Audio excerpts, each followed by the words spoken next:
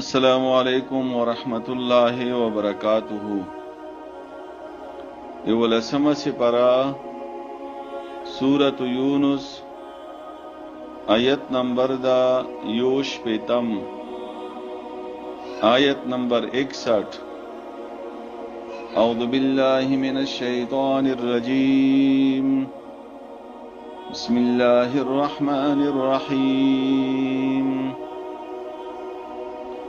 وما تكون في شأن وما تتلو منه من قرآن ولا تعملون من عمل إلا كنا عليكم شهودا إذ تفيدون فيه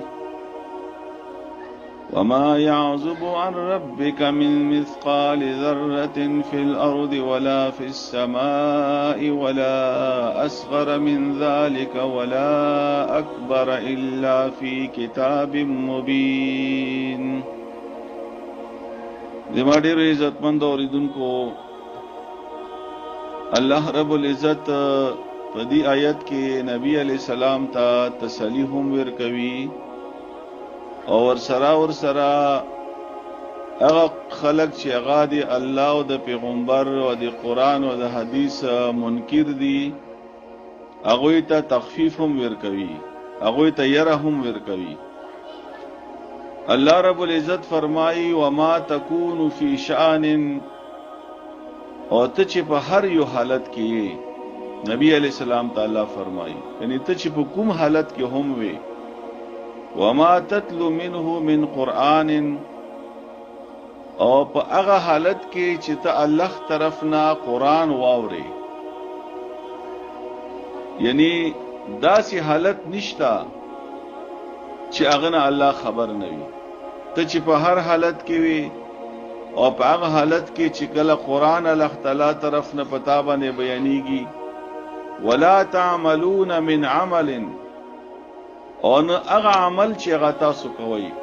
یعنی کوم یو عمل هم چې تاسو کوي، الا كنا علیکم شهودا، مگر یو مونږه په تاسو باندې خبر، شهودا حاضر یعنی خبر گواه. په دې کې اصل کې الله رب العزت نبی علیہ السلام ته دا خبره فرمایي چې دتا هر حالت نه الله تعالی خبر ده او الله تعالی ګوري، او دا کافران هم الله ګوري چې دوی د تا خبره انکار کوي، یا تا په خلاف مشورې کوي، یا تا ته تکلیفونه رسوي، یا تا باندې الزامات لګوي، نو چې دوی هر یو کار کوي هغه نه هم الله خبر ده. استفیدون فیه،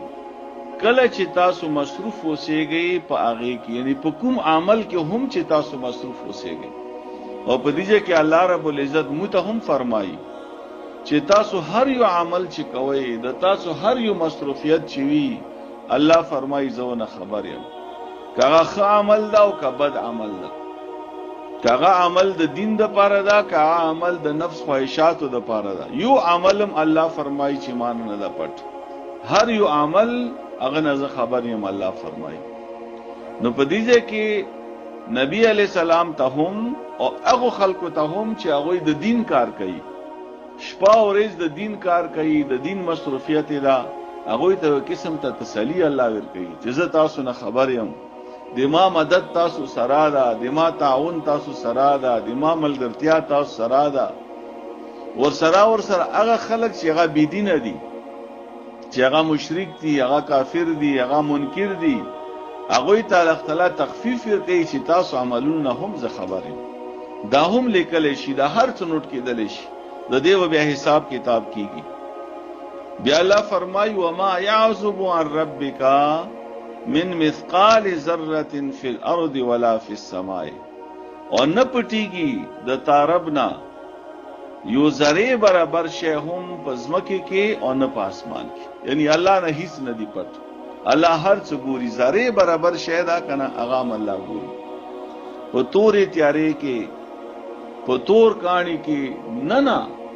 که تور میں غیر روان ده هم الله غوري، الله نه هیڅ نه دی پټ، بلکې الله تعالی رزق هم ورکوي ټول مخلوقات ته، الله تعالی ستنه هم کوي د ټول مخلوقات، خو الله نه څه پټم نه دی، الله هر څه نه خبريږي هم. نو په دې ځای کې الله تعالی هغه خلک چې هغه ګناهونه کوي پټ کارونه کوي نو هغه ته هم الله فرمایي چې کته ډیر پټ شي د دنیا خلکو نه به پټ شي مور او پلار نه به پټ شي مشرانو نه به پټ شي استادانو نه به پټ شي ملګرو نه به پټ شي او پټه ګناه به وکي خو الله فرمایي چې زور نه خبره ما نه نشي پټېدل او بیا په حدیث کې راځي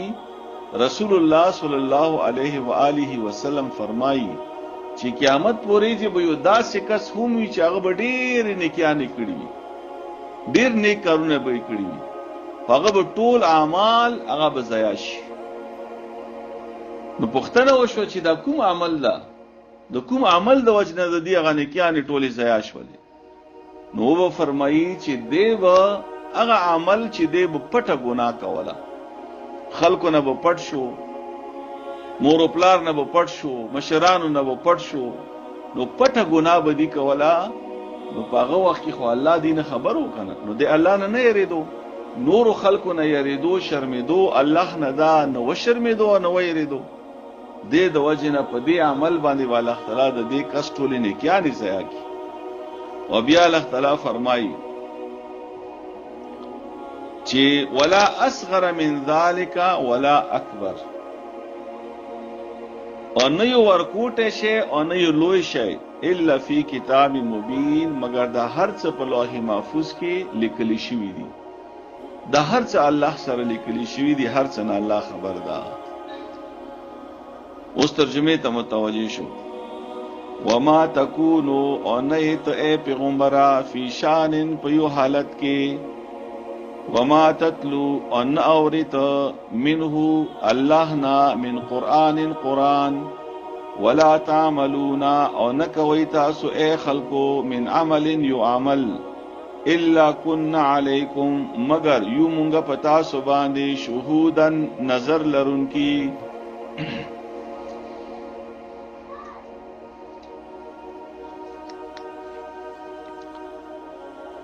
اظهر کلا تفیدونا چې مصروف وي تاسو فيه په هغه کې وما يعذب ان پټيږي ار ربک د تاربنا من مثقال ذره په اندازې د یو ذره برابر فی الارض پزمکی کې ولا فی السماء ان په اسمان کې ولا اصغر ان ورکوټه من ذالک داغینا ولا اکبر ان لوی الا مگر اغا درج دی فی کتاب مبین په واضح کتاب کې یعنی په لوح محفوظ کې الله تعالی د په دې سبق باندې مو ته پویا او الله تعالی د په دې باندې عمل کولو توفیق راکړي